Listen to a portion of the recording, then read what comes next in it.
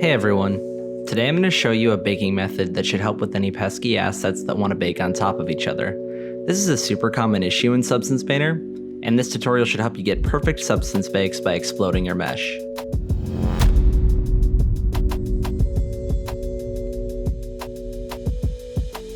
To start, I'm going to show you an asset that I am currently working on for a game.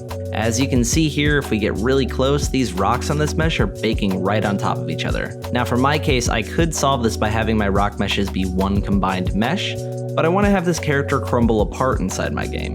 This means I will also have to make sure the ambient occlusion bake is even as well. Otherwise, these back faces will be too dark when he falls apart, hence why we will need to use the explosion method. I would recommend using this for any assets that have meshes close to each other, which could be shoes, backpacks, or pretty much anything you can think of. This method is super easy to execute. To start, we're going to open the modeling software of our choice.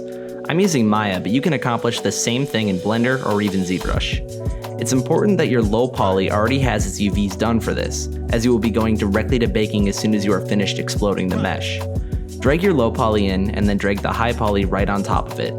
If you wish to utilize the same file, simply duplicate your high and low poly model and then hide them with H. Now we're going to want to click on both our high and low poly models and separate them so that all of our smaller objects are separate. Note that once you do this, you want to hide the high poly. You can do this by finding it in the outliner and pressing H. Take a look at your low poly in the outliner. It should be inside its own group. Label this as the name of your mesh _ low. Then do the same for the high poly mesh, so that would be your mesh _ high. Now we can get to exploding the mesh. Toggle your high poly visible again with Shift H, and then start marquee selecting each object. You want to get both the high and low poly in this selection, then just move it away, as if you were exploding the mesh. Do this with every single object until your mesh looks like it has been completely exploded. Make sure that none of the individual objects are overlapping with each other.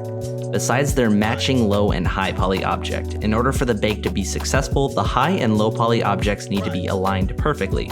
Once you've completely exploded the meshes, hide the high poly again and open the UV editor. Ensure that your UVs for the low poly have not changed. You notice that I am utilizing more than one UV space. Please ignore this, my mesh is currently utilizing UDIMs.